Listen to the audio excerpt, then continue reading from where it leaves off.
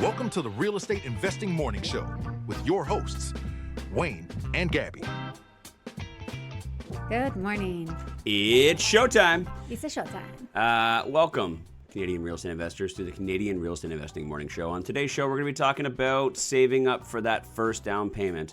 Are you an aspiring real estate investor? Are you someone who wants to get their first rental property or their first home, but they're having trouble because you don't have that 5% down or that 20% down in order to buy that property? Today, we're going to talk about how to find that money. And we're just going to be looking behind stuff. Where wait, are you? Wait. Nope. Where do we find nope. it? Where is it? Seems like an episode of Blue's Clues. Yeah. You know what? A lot of people, what they try and do is they try and, if they don't have it, they'll try and go and make it, which is one way of doing it.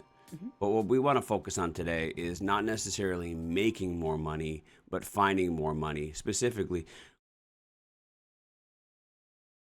do we have any way of changing them instead of focusing on the money that's coming in? Do we have any way of focusing on checking where the money is going out?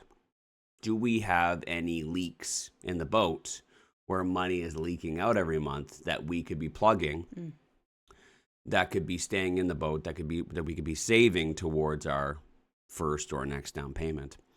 And it's going to be a really good conversation today because this is something that I very much, Gabby and I talk about a lot. It seems like every 6 months where we're like, whoa. Why are we still, is this still, we'll find leaks in our own boat. And to be honest with you, most times I'm like, I don't give a shit. You know what I mean?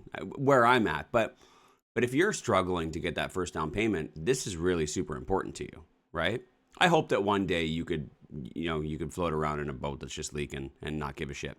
But for the people that are trying to get that first down payment or that next down payment, that's huge for them, for you. Yeah. This is a huge stepping stone for you on your journey towards building financial freedom or towards whatever your goals are financially, for retirement or for your kids or for paying for their school or for the next generation. So this is, you're really going to enjoy today's episode because this is something that I think about a lot. I'd say once every 6 months, I do an audit of our finances and I look for those holes. And some of them we plug, some of them we don't.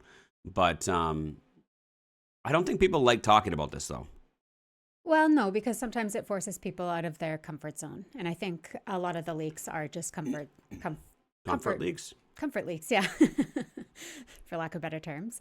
But I think that this episode is going to, I feel like it's kind of like also goes beyond just saving for your first down payment. I feel like this is almost just like a little bit of a, hey, everybody wake up type of episode. Yeah.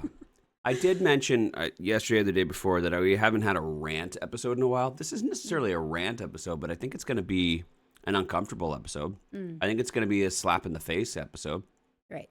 And I think every now and then people need a little slap in the face. Yeah. I love moments like this. I love moments where I'm just like, one of those moments you just like, you almost get slapped in the face and you're like, what the fuck am I doing? Yeah. Seriously, like how what have am I doing just with been? My life? Yeah. Because we go on autopilot so much, right? Yeah. In life, we go on autopilot and we wake up, we go to work, we do this, we do robot. And we could just kind of forget that we have free will. Yes. We have the ability to make decisions. We have the ability to change our life. But when we go on autopilot, it's almost like 6 months will go by and we're like, what is it fucking July already? Yeah. And autopilot is a decision as well. That's something that we decided either consciously or not that we were going to do. So yeah, it is. I think it is a wake up and decide what you want for your life kind of situation. For Yeah. sure. We have some fine people here joining us this morning saying good morning. And Kirsten is here and she says, this brings me back to trying to find the money for my first properties. Yeah. So Kirsten's well on her journey. And I'd love to, I think if I think hard enough, I could probably tell you where Kirsten found money for her first properties. But at 7:05 a.m., it's a little hard to reach back there. So Kirsten, why don't you share with us where did you look behind and where did you find your money for your first down payments? Yeah. I'd like to know that as well. For anyone else that's joining us live, or feel free to email us as well if maybe you're watching the recording afterwards. I'd love to hear your story because I've got a fun story. Not a fun story, but it's a story that I think back on like, oh, wow, I can't believe I did all that, which got me to that. Yeah. And a lot of ours was hustling and saving. Yeah. But it was also, hustling and earning. But Making a lot of more. Yeah. Yeah, a lot of it was saving as well. But I'm not going to lie to you. I had trouble cutting expenses. I had trouble plugging holes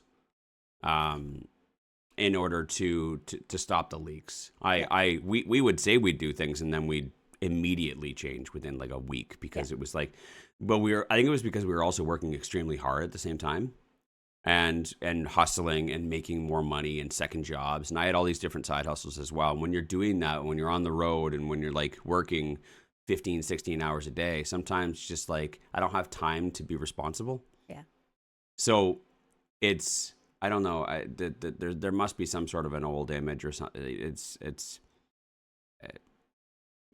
You're shoveling in one direction, but then like you're not looking behind you. I can't really come up with a really good example right now, but it's almost like I was working really, really, really hard, but then it was literally all the money that I was making was literally just like leaking out the back, if that makes any sense. Yep. And so, but that's what I did. I made the decision to work extremely hard to save for that first down payment to get that next property.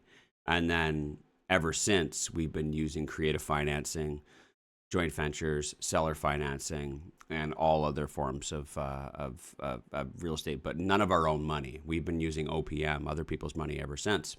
And it's been fantastic. But I do know that, it's easy for me to say, yeah, guys, just do wholesaling or just do seller financing or just raise money through joint ventures. It's easier said than done. I know that those first deals are very difficult to do. So I do truly believe that you're going to have to save very likely for your first one just to get, just to get your piece on the board or just to get your feet wet and be a part of the game. Yeah, get some experience. So that's what we're going to be talking about today. And we're going to get into that in a little bit. I have some exciting news, two pieces of exciting news. One, we took possession of a new property yesterday. Yes, we did. Seamless. Very seamless. Yeah. Well, we haven't gone to see it yet. We're ask us in a few hours. We're going to finish up the show and then we're going to drop our kid off and then we're going to go check it out. I'm hoping that it's not completely flooded. True. I hadn't considered that. Thank you. I can't believe I said that. Yes, we're knocking on wood. Yeah, goddamn water. I'm hoping everything is okay and we receive it as advertised. Yes. But I am very excited for it because we've already got tenants lined up. We talked about that yesterday. Tenants are already signed. We got the first month's rent and they're moving in next weekend. Next weekend? Yep. Next Saturday. Not this Saturday, next Saturday. Next Saturday. That's fantastic. Yeah. We also have a plumber and handyman ready to head over there today. We'll probably see them. I'm efficient. We'll probably see them. Okay. Other great news. I got a piece of mail the other day, and Gabby left it on my desk, and I learned that I am eligible for early retirement in 2052. What does that even mean? That means that I can start receiving my pension from the union in 2052. I am eligible to start receiving pension payments in 16 years. Okay. How are you okay with that? How are you okay with that? How old does that make you? How old does that make me? I'm 39. Do you not know how old I am? 16 years. 16 years I can start my early retirement. Why are you so upset about this? Because a piece of paper told me it. You just didn't realize how old you were? I don't know. I never put the math together. Someone tells you can retire, your early retirement age is in 16 years from now. Wouldn't that fucking fuck you up? Whoa, easy. Easy. Sorry, the kids need to hear it. The Dennis kids need to hear Dennis it. just got in the room. The And kids you're... need to hear it. Life is too short. Go out there and live. Do something crazy. I don't know. I'm not freaked out about age stuff. That doesn't freak me out. So I'm just like, what's your problem, when you look bro? as good as you do, you got nothing to worry about. Just go get a facial. They're great. Look at how The lines on my face say otherwise. I'm sorry. I'm sorry that you're having a crisis. Had I known, I would have just kept that paper on my desk and filed it away. I thought you might have wanted to see how much money was sitting in your account. No, I don't give a shit about that money. I got an old pension that just sits there and does nothing. I bought a convertible today. You mean you're going to go pick it up? But are people in middle-aged people still buying convertibles, or are they just buying Cybertrucks?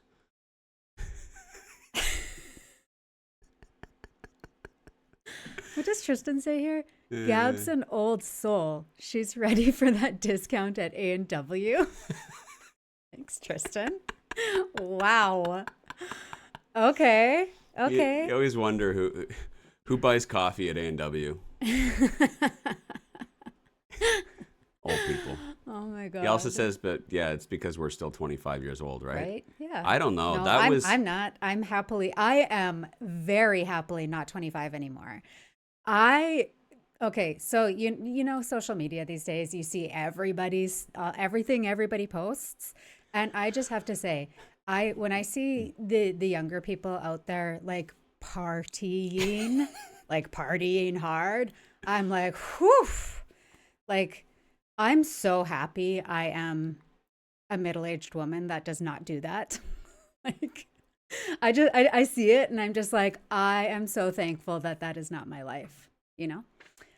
I mean, maybe other people look at it and it's like, oh, I miss those days. But I'm just like, I'm so grateful that I am where I am right now. Sometimes I feel like I never had those days. Maybe I am an old soul waiting for my A&W discount. Okay. Wow. Thanks, Tristan.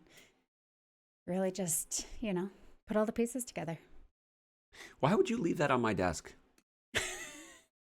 I was having a good week. Why would you leave that on my desk? You're like, oh, look, honey, you've got... Well, how much is in there? I don't mind saying it. I don't give a shit. It's just money. $250,000 in your locked pension. There's nothing I can do with that. As the paper says, I can't even start receiving payments from it until I'm 52 years old. Why can't I do math? 55 years old. Fuck, am I going to be 55 in 16 years? Yes. There's nothing wrong with the 55-year-olds, I'm sorry, but I'm still in my 30s, and I'm hanging on. I only got a few months left. I still feel cool. I still feel hip. I'm keeping up. I'm keeping up with all the trends. I got a closet full of Neatos. I don't know. I think it becomes hard to wrap your brain around because when you're younger, you're like, like when you're a teenager, you're like, oh my God, people who are like 25 are like so old and so cool. And then when you're 25, you're like, oh, I'm still very young. Yeah. And you're like, oh my God, people who are like 35 are like getting so old. Like they're like middle aged. And then when you're 35, you're like, oh, like I'm actually still young, but 40, whoa. And then when you hit 40, you realize that you're still young.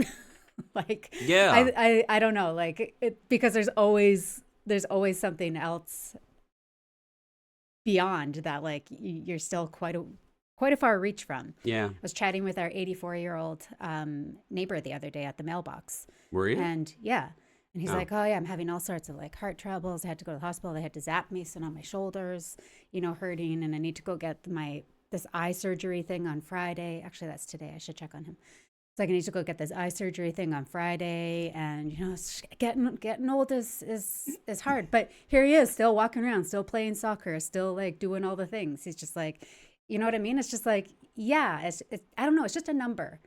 And more stuff happens, and you get a little more sore, and maybe you need to go get some surgeries as you get older. But like, as long as you're still able-bodied, like, there's still life to be lived. I don't know. I'm not scared about getting old. All right. I like it. Anyways. Sorry, I'm not ready. You'll come around. You'll come around. Okay. But if anything, some people should learn a valuable lesson this morning, or a valuable wake-up call. That you blink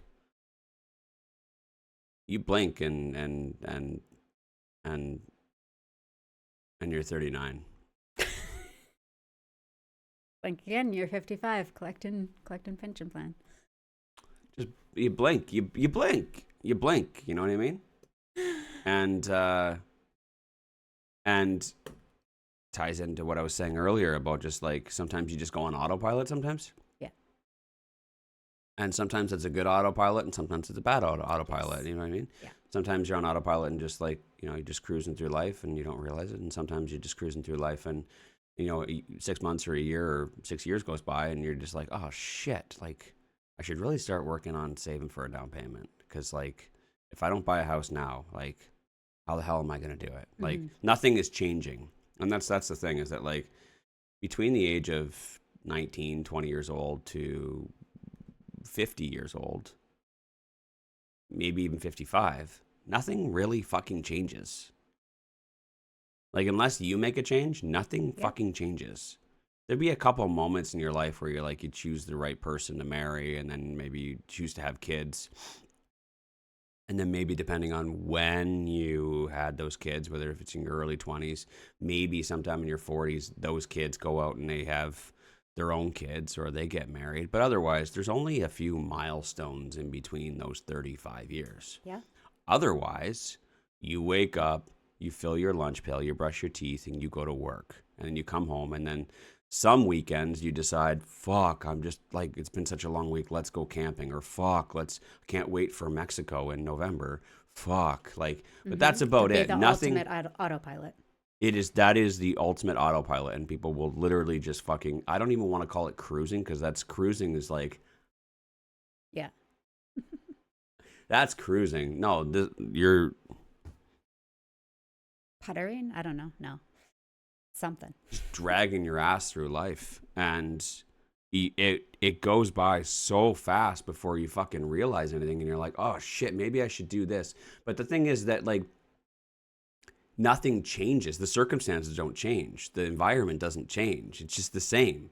You are like money in, money out, money in, money out, money in, money out, money in, money out, money in, like that's it, over and over and over and over again. And it's not like, oh, I'll just do it in my 30s or I'll just do it in my 40s. It'll be better or easier than. No, it's like your finances don't change. Nothing really changes. Like your cash flow from your income minus your living expenses, it doesn't really get any better unless you're hoping for that big raise of $3 an hour. Like nothing dramatically changes. So if you don't take action right now, today, nothing is going to change. It's just going to be later. You either do it today when you're 23 or you do it when you're 43, but nothing's going to be any different.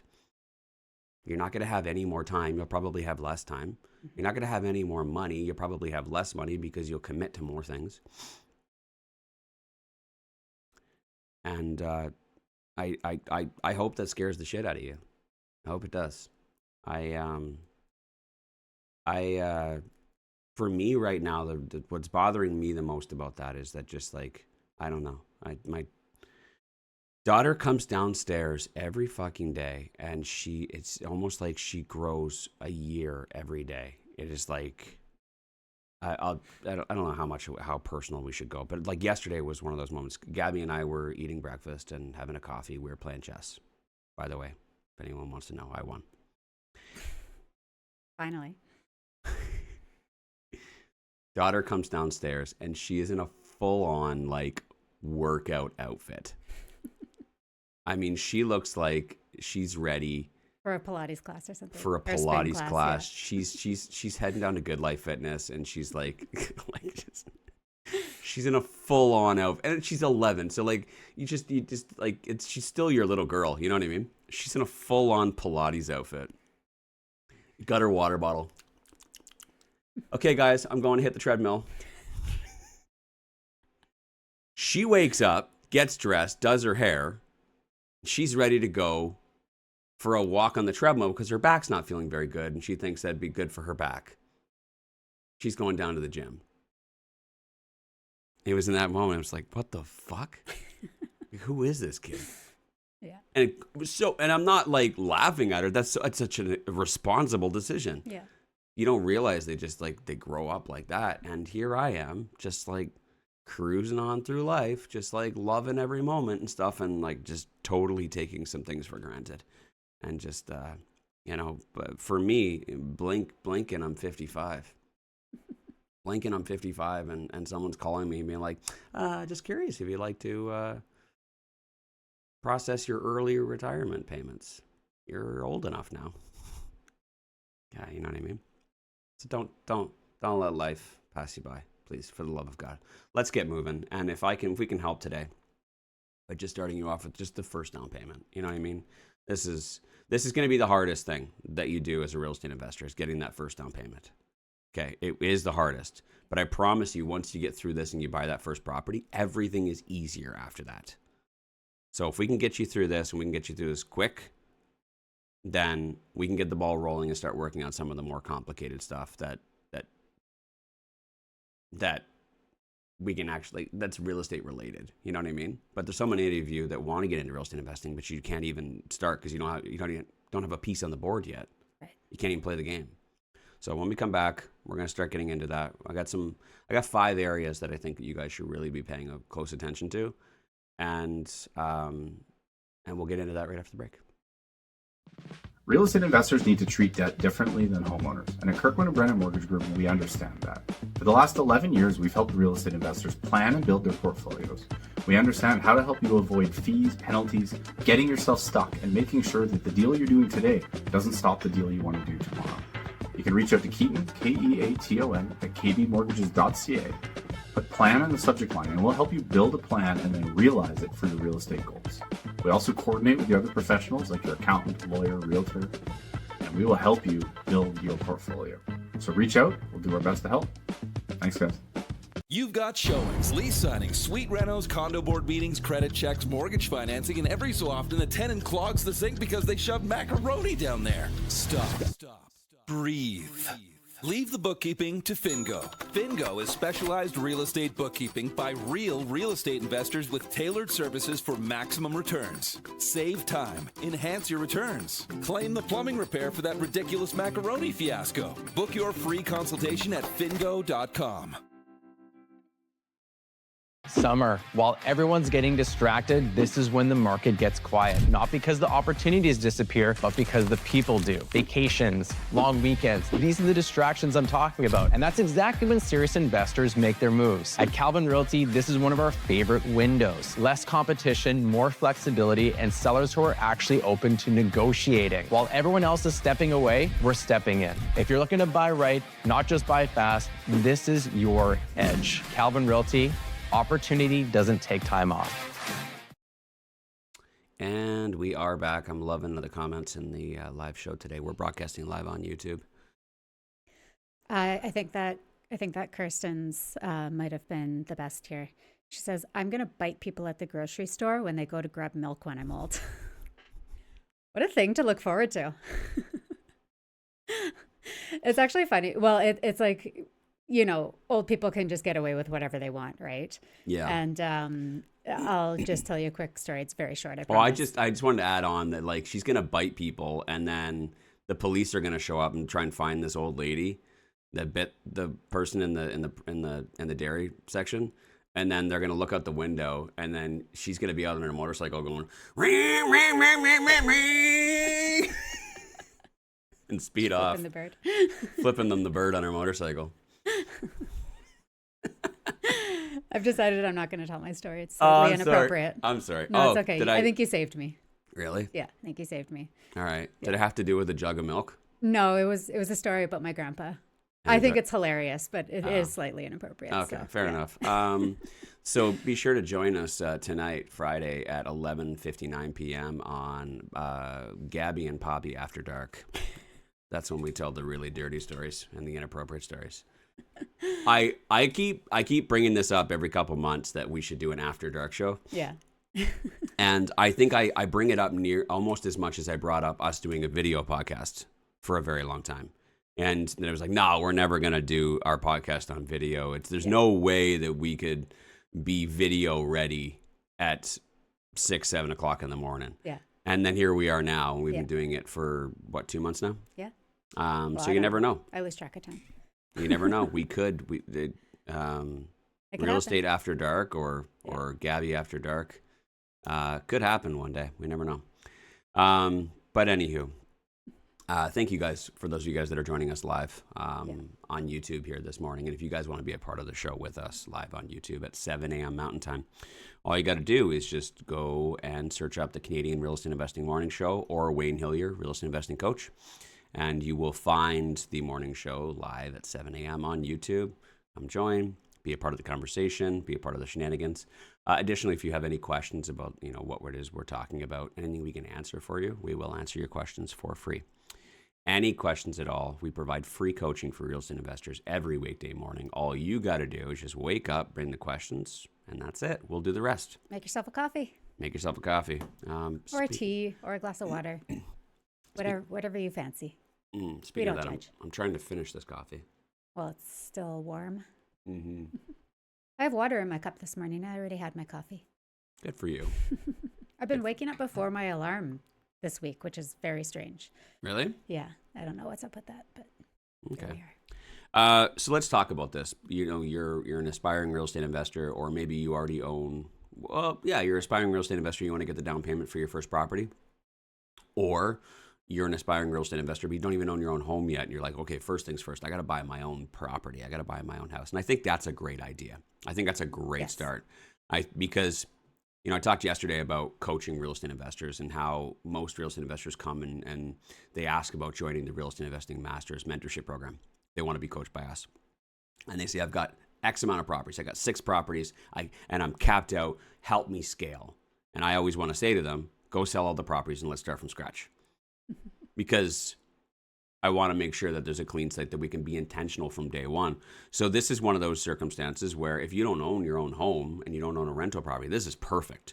Because I do believe that if we're going to start from scratch and we want to start off right, the first home you buy as well can also be very intentional. Yeah. And can also play a pivotal role in your overall journey and growth as a real estate investor. Because that first property, imagine you bought it with the intentions of moving into it, but also the internal intentions of this may be a rental property in the future, right? So you're going to buy a home, you're going to live in it for a few years while you save up for your next down payment. And when you save up for your next down payment for the home that you're going to be moving into next, that first property can become your first rental property. Mm-hmm. So don't buy a big castle with 2 bedrooms or 12 bedrooms or whichever that doesn't really suit, that would never really work as a rental property. Yeah. Let's be intentional of like, okay, let's buy the home that checks all the boxes for me, and it could also be a really good rental property as well in the future. Yeah. So that way, when you go to buy your next one, you've literally already bought one. And in a lot of cases, if you bought it as your home, you only have to put 5% down. Mm-hmm. And putting 5% down is a lot easier than putting 20% down. Yeah. That $400,000 house, the difference between 5% and 20% is $20,000 and $80,000.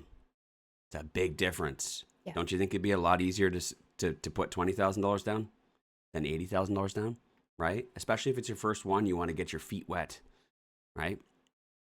I also feel like first homes, like, this isn't like 60 years ago. Like, we're in such a different,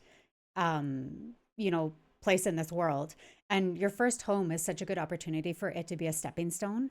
It's not like where it used to be where, oh, we've saved enough money to own a home, and you know, our first home, we're going to buy it, we're going to own it forever, we're going to hand it down to our children, and it's going to be the family, you know, like the family home for generations to come. Yeah. It's not like that anymore. And our first home can be just that, like a stepping stone that you can use. And with that intention, it's you can also build up all this equity in the home while you're like building your life and deciding where you want to be, what you want to do, where you want to live. So I like that first home with the mindset of this is a stepping stone, not this is my forever home. Right? Yeah. Especially if your intentions are to grow wealth through real estate investing. Yes. This is, you have to be taking this into consideration. Yeah. It's such an easy thing for every family to do, everyone to do, every Canadian to just be intent, like just think, okay, this could be a rental property in the future. Let's think about making the right decision. Let's buy the right one, that with that in mind, rather than just like not, and then having to sell it in the future because it only served one purpose, which was your home, right? If you can, you know, to quote Trailer Park Boys, if you can get two birds stoned at once, right? Yeah. Makes a lot more sense. And so if you're in that position right now, again, the biggest hurdle for you right now is to figure out, how do I get that first down payment? And you're probably looking at your finances right now. You're looking at how much money's coming in, how much money's going out, and there's nothing left. Completely understandable. Yeah. 20 years ago, it was hard enough as is. Today, it's ridiculous. Affordability in Canada, I don't think has ever been worse. It's absolutely crazy where we are at right now. And dare I say it, it is what it is.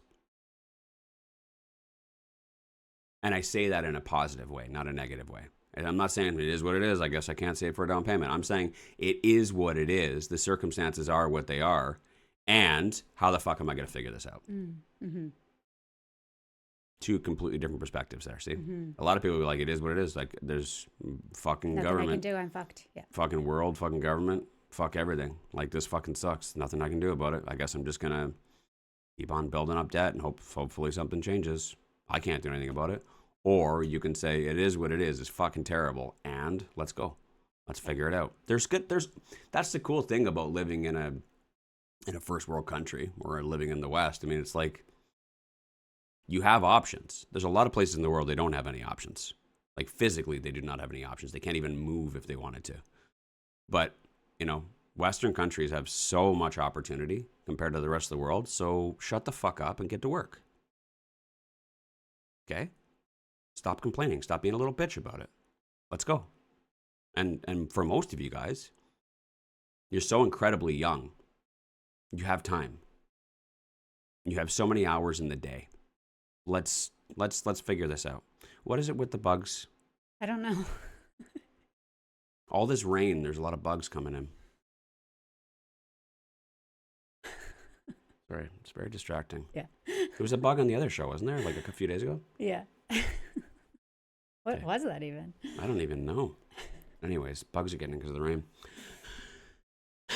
So on the topic of shitty affordability in Canada right now, let's talk about where, I want to get into the discussion about where the money is leaking. You got a lot of money coming in, got a great job, but it seems like by the time it hits your bank account, suddenly, within hours, there's nothing left. Okay. You go and check that bank account and you're like, where'd all the fucking money go? Yeah. First off, it goes to taxes. Second off, it goes to paying all those automated payments. Mm-hmm. And, you know, we're gonna talk about this in a few minutes here, but, you know, we used to pay bills ourselves. We used to go down to the bank and, you know, take the printouts from the mail and be like, hi, I'd like to pay this bill. Yeah. There's no paying bills anymore. It's automated. Everything is automated. So like money comes in automated. You don't cash a check anymore. Money comes into your account and then money goes out of your account and you don't do a single fucking thing about it. Everything is completely automated, which allows you the freedom and the time to go and work more, to make more so that more can come out. Yeah. But there are a lot of those automations and some of the things that you do on autopilot that are there's money leaking. There, I can guarantee you there's thousands of dollars that is leaking out of your bank account every year. Every year. It might be leaking by the penny. It might be leaking by the nickel, which can be a little bit difficult to tell. It's difficult to notice. But if you start counting up all those pennies and nickels and dollars, what you'll notice is that over a year, it turns into thousands. And those thousands could be that first down payment. So what we need to do is we need to find out where those leaks are. We need to plug them. We need to make sure that they're completely sealed. And then what eventually will happen is you will accumulate enough money. That, coupled with your hard work, will be enough money for that first down payment. We just want to get you to the first down payment. I don't want you saving. I don't want you being a cheapskate, a frugal Fred for your whole life. I think that everybody should be able to relax. Life is fucking hard, okay? It's hard getting through all the shit that life throws at us. I do not want you to be in a position where you gotta like pinch every penny your whole life. What we want to do is we need to do this long enough to get the first one or the next one. Okay, that's it. Then go back to letting all your stupid shit that you spend your money on. Okay, but for right now, we need to plug the leaks so that we can complete this campaign, complete the objective, which is getting that down payment to buy that first one. You buy that first one, like I talked about earlier, that is a huge stepping stone. Huge stepping stone. Once you get that first one, I can teach you so many other things in the real estate space, which will help you leverage that first property, which will help you raise the money for the next one, which I can teach you about seller financing. But we just need that first down payment in order for you to get your piece on the board so you can play the game. Okay? One of those first areas where I find that a lot of money leaks. And this one was a huge leaking point for me because I had no fucking idea. Because I don't ever do this, is groceries. Holy shit. Holy shit snacks. Yeah, food is expensive. I had no idea how bad groceries, like how bad it's gotten out of control. I'll give you an example. And Gabby, she'll give me much more examples because you are the one that actually goes and gets groceries. We wanted to make burgers the other night. I said, hey, we got a night off. It was Tuesday. Right? So one night we had off. I'm like, we should probably make dinner.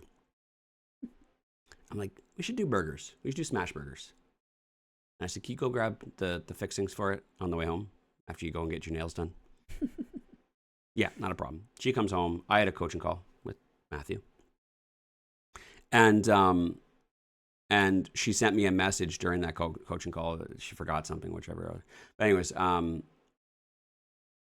I went out and got the groceries, but I came back and she said, oh, by the way, there's no tomato. What do you mean there's no tomato? And she goes, well, I didn't buy the tomato. When I asked why she didn't buy the tomato, she told me the one tomato that she was going to buy for the burgers to slice it for all of us, the one tomato was $7. $7.57. You guys, when my jaw hit the floor, because I went through the self-checkout, I put that thing on the weigh scale. It's a beefy tomato. I put it on the weigh scale and it popped up as $7.57. I audibly made a little bit of a scene because I was so shocked. Not because I wanted to make a scene. Oh my God, can you? But it was like, what? Like, pardon? Like, how is this possible? I turned around because there's that like one person who like manages the self-checkout. And I'm like, can you help me remove this tomato? Like, I am not paying $7.57 for a tomato. I didn't even know what to do with myself. The lady beside me was like, she's like, are you serious? I'm like, get this away from me. I don't want this. What kind of fancy ass tomato were you buying? Well, and that's what I was like, and I was in a little bit of a hurry. So like, I probably could have like went and found like another tomato and came back. But I was like, I've already scanned all of my groceries. This was like the last thing. So I'm like, I'm not going to. Where did they grow this tomato? Yeah. Was so it, I'm just was like, it, just take the tomato. I don't need the tomato. But it was like it was probably some fancy tomato that I didn't yeah, realize it I was had grabbed. sounds like it was grown But in like, still, like how? So you guys, if you want to make, I'm trying to make a joke here. If you want to Let me make do more, Yep. if you want to make more money, grow these fancy ass tomatoes, and there you go. You're going to have your down payment in no time. Yeah, this tomato sounds like it was grown in the garden at the Vatican. In the Pope's shit. It's not a mushroom. Mushrooms are grown in shit. But they use manure in Yeah, they gardens, do. don't they? Dennis, back me up. Dennis is thinking, Chicken why shit. the fuck did I sell my farm? Yeah, Dennis. Dennis is thinking, holy shit, I sold my farm at the wrong time. But there's also that old like meme, or there's that joke of like the people that like like, I'm gonna grow my own vegetables in my garden, and then it's like all this hard work, and they spend a whole year, and then all to make one tiny tomato that was like 50 cents. You ever see those videos where those memes where like, look at all this hard work I grew with these tomatoes, and then it turns out that a $2 tomato or a 50-cent tomato. Yeah. They're laughing now. let's Yeah. $7.50. Anyways, but that's just a great example of how I would not have looked. Yeah, just scan. I would have scanned. I would have put it down and like, I don't give a shit. And I just grab stuff and, oh, this looks good. Oh, this looks good. Oh, this looks good. And then sometimes I do get the reaction of like, wow, I just bought 6 items and it's $217. Yeah. But that's what tends to happen. And maybe I'm a little more loose with it. I do see and hear people complaining about groceries, but it really does sneak up on you. And there is some crazy hidden inflation in food. And most people, especially considering everything is just swipe, beep, beep, beep. Like we're not pulling out the cash and counting it anymore. It's just a beep. And, you go through the Starbucks lineup. Beep. Do you even look? I look sometimes because I'm like, one of these days they're going to like put the wrong amount there. And I don't look at my bank statements either. So I would never know. I literally I'm just beep, beep, beep, beep, beep, beep, beep, beep, beep.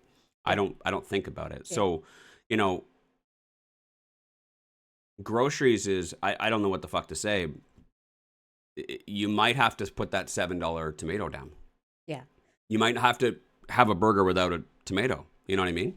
Yeah. There's tons of cost efficient ways to eat, without going and buying all the fancy produce and all that kind of stuff. Like, there's like your staple food. I'm not going to give a lesson in how to eat cheap, but there is like if you're leaking because you are spending an extraordinary amount of your money on groceries, you just need to change the way that you're cooking and eating. There's lots of cheaper food that you can buy. Yeah. And I'm not telling you to be a cheap eater and an unhealthy eater for your whole life. I'm saying doing it for 6 to 12 months. You do what you got to do, because if the alternative is like, oh, whatever, it is what it is, I guess I'm just going to go back to doing what I was doing. At least I'll enjoy my life. Yeah.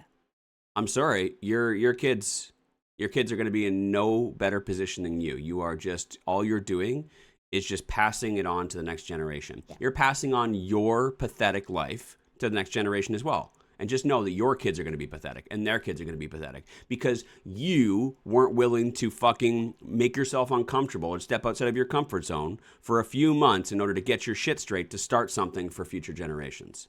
It's you. It's your fault. And so what's going to change? Maybe your next kid, your kid might actually have an epiphany and in a moment where they're like, oh, you know what? I'm going to make a sacrifice. I'm going to dedicate to changing this eternal loop for our family, for our dynasty. Or maybe their kid. But somebody has to fucking do it. Somebody has to stop the change. Somebody has to stop the loop in order to change it. Plain and simple. Is it going to be you or is it going to be somebody else? Nothing is going to change though. Affordability is not going to get any better. Your circumstances aren't going to be any better. It's not going to be like you're going to have 6 months off from your job because you won the lottery or something like that. Nothing's coming for you, right? So you have to stop. And yeah, that means that you're going to eat fucking Mr. Noodles for a few weeks or Kraft dinner. I don't even know what those cost anymore. I don't even know if that's cost efficient. But regardless, you got to do what you got to do. And the first step is understanding. And the next step is doing your research and figuring out, how do I go about doing this in order to shave this off? Because I'm telling you right now, we don't get that many groceries. We don't eat at home very much. And that's just because we are gone for soccer 6 nights a week. Like, we have our normal like staples that we get for like breakfast and lunch and coffee and, you know what I mean? But otherwise, we're not making meals every single night. But I think that if we were making meals every single night, we'd be spending over $1,500, $2,000 a month minimum just on like chicken and rice and potatoes. Like, it's crazy. So get it under control. Okay, we got to plug that hole. Now, here's what most people are doing. Like I said, most people are skipping the dishes. And for a long time, I actually thought skip the dishes was worse. Now I'm looking at it, I'm wondering if it's the same or better. Comparable. I don't know. It's, for the long time, I kept thinking to myself, like, fuck me. Like, I think we're spending probably $150 a day on skip the dishes. Or eating out. Going to restaurants and things like that. Minimum. Like, if I take you out, which I'm going to take you out for lunch today. You've been a good girl. My God. I'm going to take her out. Well, we got to celebrate. We got a new property yesterday. Got to go out and celebrate. I'm going to take her out for a nice meal. Guaranteed we're going to spend at least $130 just on the two of us. Guaranteed. Right? And we don't even drink. So eating out, skipping the dishes, that kind of stuff. For the longest time, I actually thought that was probably the worst, because, if I were having a hard day today and I was at my desk and it's like I didn't have like groceries to make anything for lunch or for dinner, I would probably I'd probably order a 6-inch or 12-inch sub from Subway. I'm like, oh, be kind of healthy. You know what I mean? Like, what else are you going to get from skip the dishes that's not over 2,000 calories? When you're on a budget of, 2,000 calories for the day? But that sub has also doubled in price as well. Holy it used shit. to be $5, now it's like $12 for a 6-inch. Yeah, there's no such thing as the $5 footlong anymore. Yeah. Yeah. To order it on money. Skip is like at least $20. Yeah. Wild, yeah. At least $20. That's just for a good old fashioned cheap footlong. You know what I mean? In most cases, most of these meals, if you're ordering for your whole family, depending how many people you got in it, it's like $40, $50. Like, we're spending on average like $50 if we order something for the family, right? And it's not like a fucking phenomenal meal either. It's like a couple cheeseburgers and fries. It's crazy, you know what I mean? Or it's whatever. It's noodles, or it's some sort of a whatever bento box. So this stuff adds up. And another one that we commonly do, because we're fatties, we order ice cream a lot. That's our little. You and I really go for ice cream a lot. We don't order ice cream a lot. Well, it's summer, and it's like it could be worse. I could be drinking. I could be drinking beer, but like, we probably go for ice cream 6 days a week. It's ridiculous. Okay. You're really good at exaggerating too. But, ordering ice cream from DQ or something like that, a Marble Slab on Skip the Dishes, is at least $30, $40. You know what I mean? That stuff adds up. And what are you guys doing the same thing? You guys doing the same thing? You're happy. The kid played great. Oh my God, you got a goal. Oh my God, you played amazing. Can we go for ice cream? Yeah. I'm a yes, Dad. Of course I am. Can we get a Nito? Yeah, let's go grab a Nito. Can I get this one? Sure. Beep. Don't even look at how much I spent on that Nito. She was talking about how last night you guys went to the mall and she almost bought $100 Jellycat. What the fuck is that? She said, Mom wouldn't let me buy the Jellycat. I'm like, I gave Mom my yes card. She's supposed to say yes. Told them to go out for shopping, have a good time.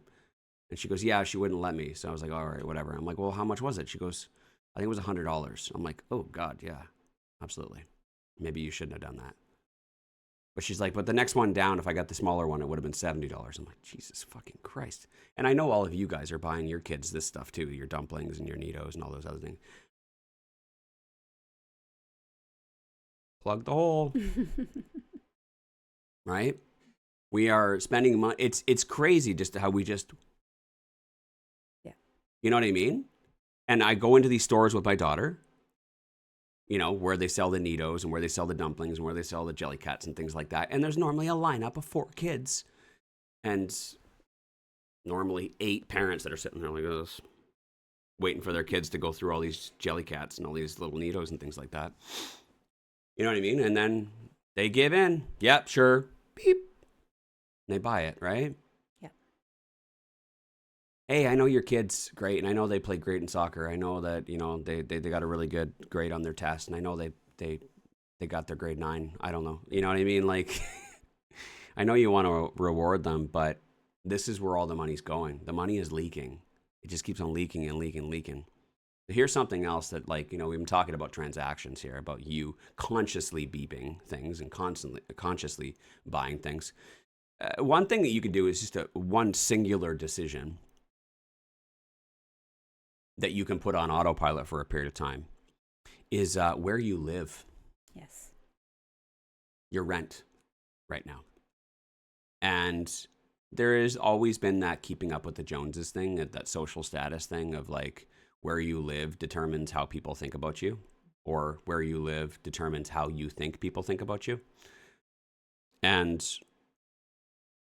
rent is one of those things that, like, you could be saving hundreds of dollars every month if you could just chill the fuck out and not care about where you live. Yeah. It's 4 walls, it's a few doors, it's some windows, it's a place to go and lay your head after work. Especially if you're young. It's a little bit easier if you're young. Mm-hmm. You do not need a big place. You do not need a place with a view looking downtown. You know what I mean? If you're trying to create a better life. If you're trying to create a better trajectory, you know what I mean? You want to take that first step. Live in a basement suite. Yeah. Live in a garden suite. Live in a 1-bedroom. Just be as cheap as possible. Just for 1 year. If you did that, you know, you could save upwards of $500 a month. And as little as maybe even like $200 a month. But $500 a month is $6,000 a year. That's a huge chunk of change. Yeah. But I promise you, going out and trying to make that extra money, going out and working extra hours, you make $30 an hour. How long is that going to take you? How many more hours are you going to have to work? It's 200. To make $6,000 extra at $30 an hour is 200 hours. 200. Before taxes. Mm. It's actually 300 hours. You would have to work 300 hours. Or you can live in a smaller place in an area that's not your favorite for a year. Yeah. You know what I mean? Yeah. It's all about making sacrifice, commitments, dedication. But people don't want to do that, right? Yeah. But you're different. You're going to do it different, right? Yeah. Right? But that's a huge, like that one right there. I said it's a singular decision because you just need to make that decision and just live with it. And you don't have to do anything more. Just make that decision, sign the lease contract for 1 year, and that's it. Right? And if you do that, that right there is 200 additional hours you could be spending with your family that year. Or 200 additional hours working on some new side hustle. Yeah. Right? I like the family idea better. I like the simple, easy things that we can do on autopilot so we can still enjoy our life. I don't want you to have to go and work 200 extra hours instead because you need this house. Oh my God, it's in the area that we loved living near. Yeah. But I'm going to work an extra 200 hours this year, or 300 hours, sorry, in order to have that house. I'm going to spend 300 hours less with my family to live in a house in a neighborhood that we absolutely love. Yeah. Do you understand what I'm getting at here? Like Yeah. how stupid that sounds? And this goes so much more further beyond just saving up for your first, like, and that starting point of your life where you're, you know, maybe just getting started and trying to save up for that first down payment.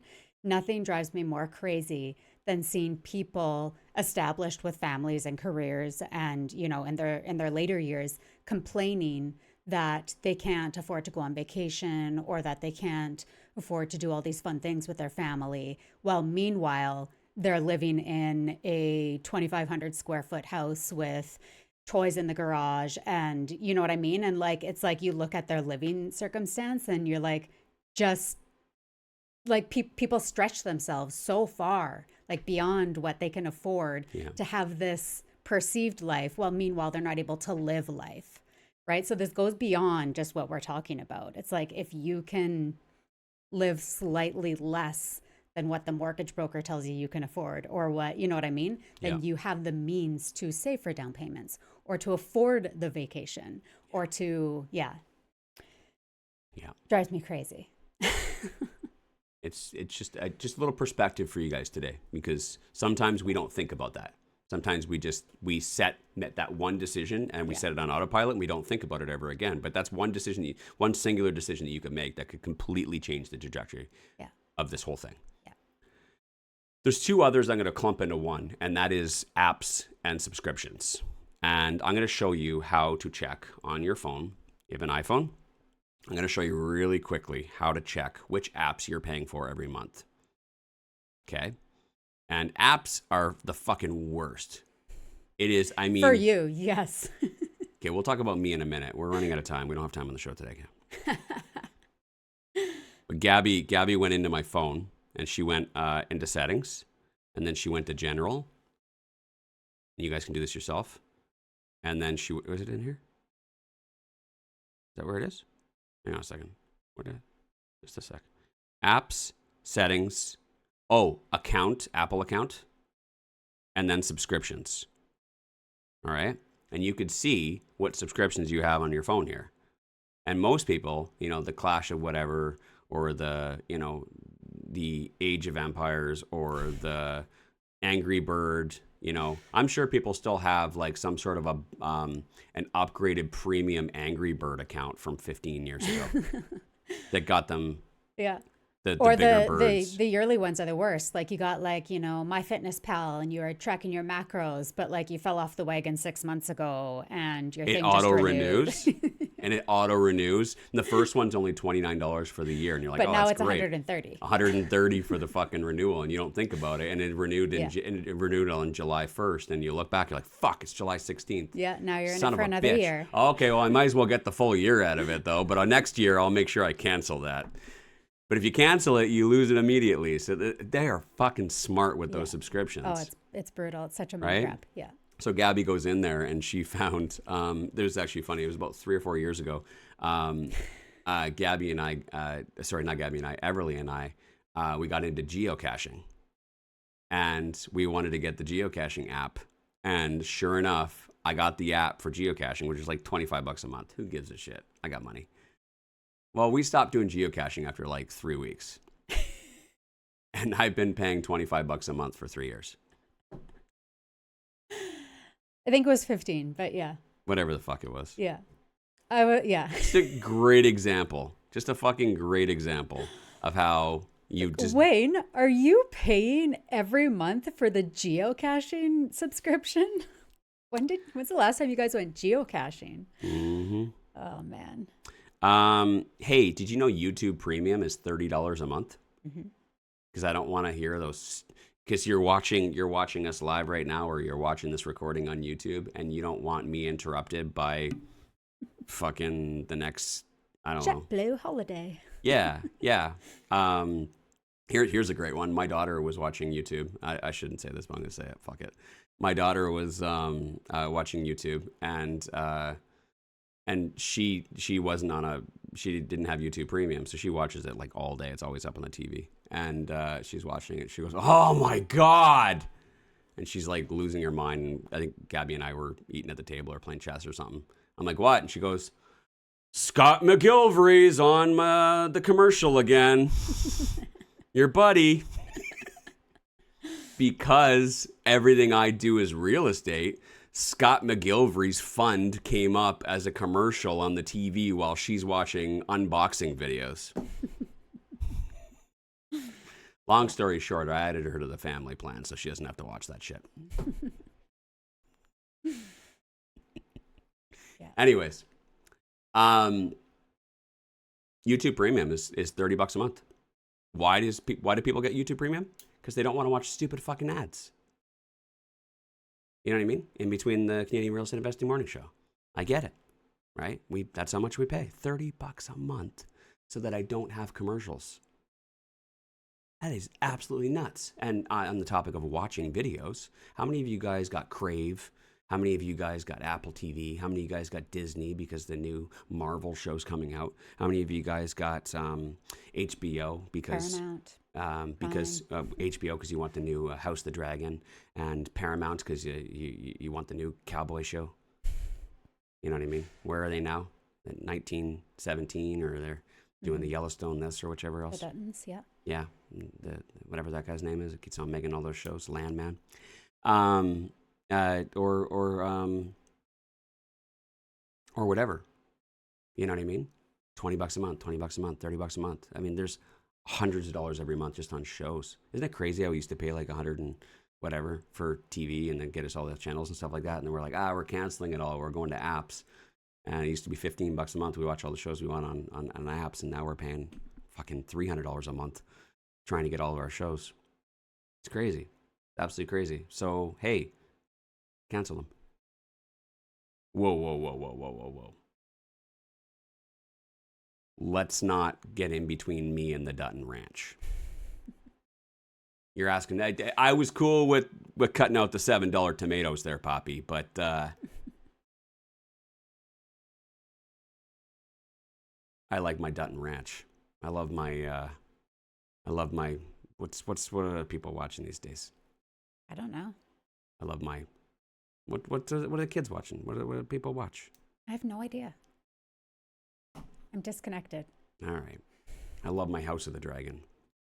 Anyways, you got to do what you got to do, right? And that's hundreds of dollars every month that you could be saving. That can add up to about $4,000 at the end of the year. See, it's starting to add up though, because I said $6,000 earlier plus $4,000. Now we're at 10. Starting to see how this is starting to add up. Mm-hmm. Just those two things right there. Not to mention cutting out all the, trimming the food and things like that. Mm-hmm. And by the way, most of us are overweight anyways. Sorry.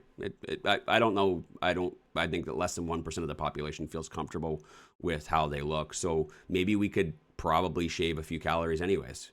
Get two birds stoned at once, right? Why don't we watch our calories, watch what we put in ourselves, watch our food, while still simultaneously saving money? It'd be a great year. 2026 could be a great year. Next 6 months, you lose 20 pounds and you save $10,000. Wouldn't that be amazing? Come on. I'll call it the Poppy 6-month challenge. 20 pounds and 20 grand. Should I start it up? Should I start it? That'd be a good idea. Let's go. Right? Just think about it. It's possible, is what I'm getting at. With the right perspective. So there's 10 grand right there already. Here, you want to know where you're going to save the rest of it? This one, I don't know. This might be the hardest one. I think this one rivals living quarters. This one rivals living quarters because, this is by far the most expensive. I saved it for last. And it is the most stupid fucking thing that we do as humans. It is the most stupid. Is your vehicle. Mm. I cannot understand why we spend so much money on transportation. Yeah. It is crazy the how it's so ingrained in our social status of how you show up and what you're driving. It is so fucking crazy. And the payments that people make on these ridiculous loans that have ridiculous interest rates. You know what? I would love for people to be like, I can't save for my down payment. And I'd like to get them all in a room. And I get them all lined up. And then I would ask them all individually in front of everybody with a microphone. Tell me what you're driving, how much it cost, what the loan is on it, what the interest payment or what the interest rate is, and what the payment is every month. You watch people slowly back up, and then they would sell their vehicle. They just go back into the bushes. You watch, because nobody wants to talk about the terrible fucking financial decision they made on their vehicle. Everyone has a high interest rate and a ridiculously stupid loan and a ridiculously stupid payment. They bought it for 70 grand, but by the end of it, they probably paid 130 grand with all the interest that they paid on it as well. Mm-hmm. You stupid motherfuckers. Yeah. and then they sell it in 5 years because it depreciated so much. I mean, within 5 years it's worth fucking nothing anyways. Yeah. That right there. You want to know where your down payment is? It's in your fucking vehicle. Go take a bus, you fucking pleb.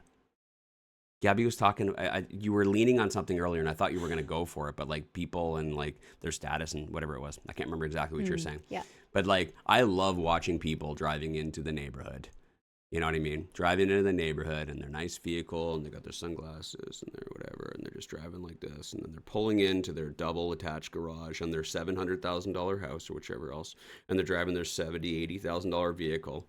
And I look at them and I drive past them and I'm like, those people are $60,000 in debt. Not $60,000 in debt with their vehicle, but I mean like that person right there has either already done it or is about to get a Manulife One consolidation loan. Every single person in every single brand new fucking neighborhood is just months or a year away from a fucking Manulife One consolidation loan.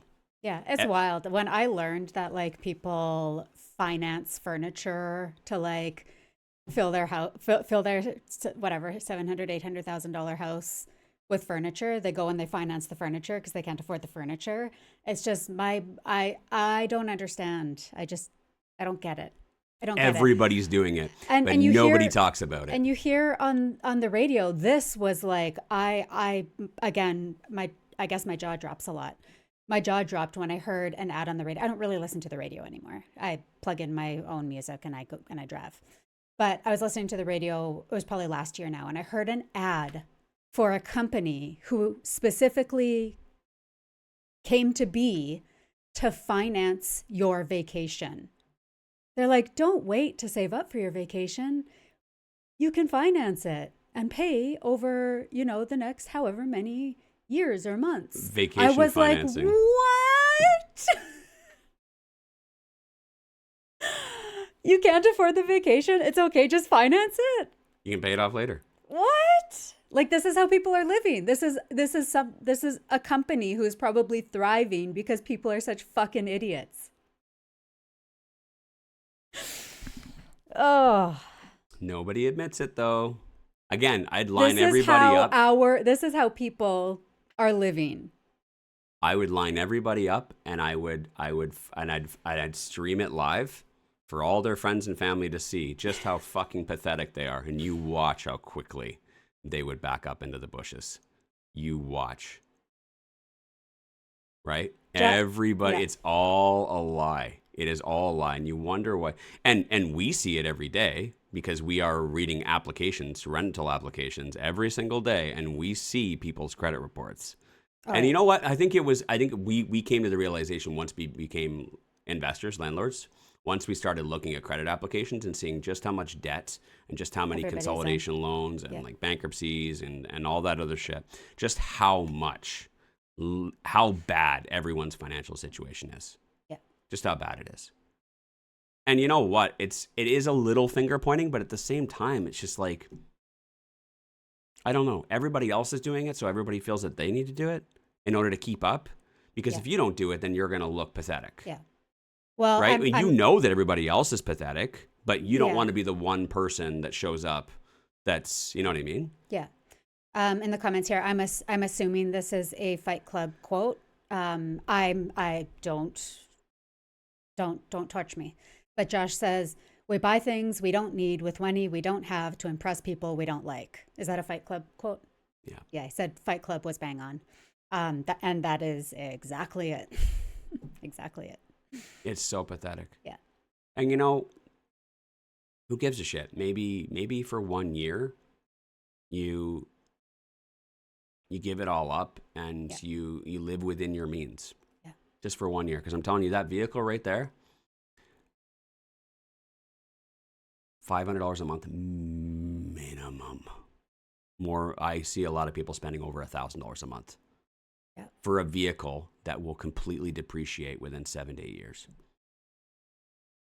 You think about that. You're buying a $50,000 or a $70,000. It's impossible to fucking find a $50,000 new vehicle anymore, anyways. By the way, and I can get into a whole topic about what I learned about vehicles in the last couple of years, about the fact that they're selling vehicles the vehicles are remaining at affordable prices because they're putting cheaper parts in there. And actually the dealerships, not the dealerships, the manufacturers and dealerships are actually making more money on parts now than they are on the actual vehicles. I actually learned that they don't make money off of the sale of a vehicle. They make money on the aftermarket parts.